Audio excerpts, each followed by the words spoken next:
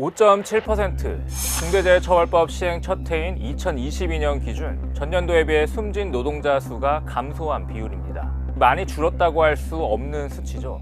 지난해 중대재해로 숨진 사람이 644명, 시행 전이랑 비교하면 39명 줄긴 한 건데 여전히 하루에 1.7명꼴로 집으로 돌아가지 못한 노동자가 있었던 겁니다.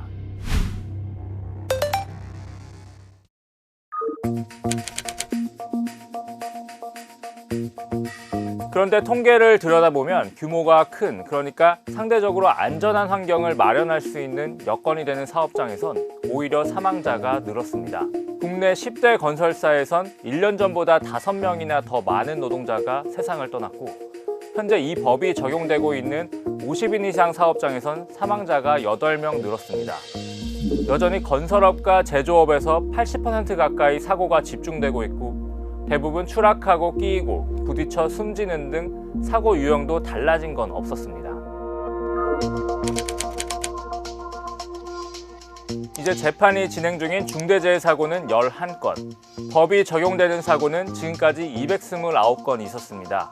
겨우 5% 정도만 이제 겨우 재판을 받을 수 있는 단계에 왔다는 이야기입니다.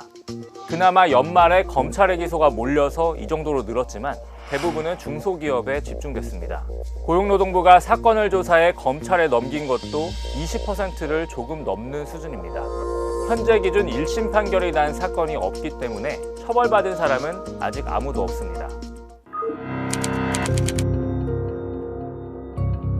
검찰 입장에선 새로 만든 법이라 예방조치와 사고 사이 인과관계를 따지는데 시간이 걸린다는 겁니다. 기업 입장에선 대표 처벌을 반드시 막아야 하니 대형 로펌을 선임해 맞서고 있어 고용노동부도 수사에 애를 먹고 있다고 합니다. 첫 기소 사례인 두성산업은 이 법이 헌법에 위배된다며 위헌법률 심판을 신청한 상태입니다. 유족들이 수사가 너무 더디다며 분통을 터뜨리는 이유입니다.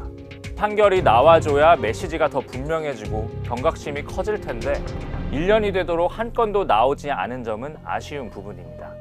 저희가 기소된 11건의 공소장을 분석해봤는데 의미 있는 포인트는 있었습니다. 법의 문구가 모호하다는 경영계 지적과 달리 검찰은 경영 책임자가 지키지 못한 안전보건 조치에 대해 상당히 구체적으로 따져보고 있는 걸 확인할 수 있었습니다.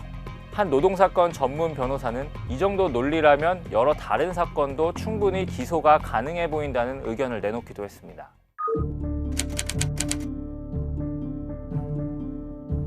사고는 조금 줄었고 처벌받은 사람은 아직 없는 데다 수사조차 쉽지 않다는 게 현재까지 팩트죠. 그래서 고용노동부는 이번 중대재해사고 현황을 발표하면서 기대치만큼 사고가 줄어들진 않았다고 스스로 평가했습니다.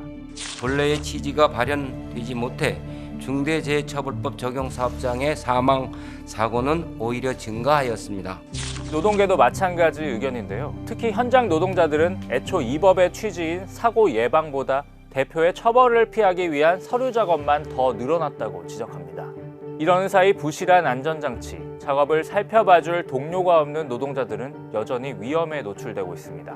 법을 좀 완화하자는 움직임이 나오고 있는 요즘 산업 현장이 정말 이 법을 제대로 이해하고 있는 건지 진지하게 되묻는 게 우선일 겁니다.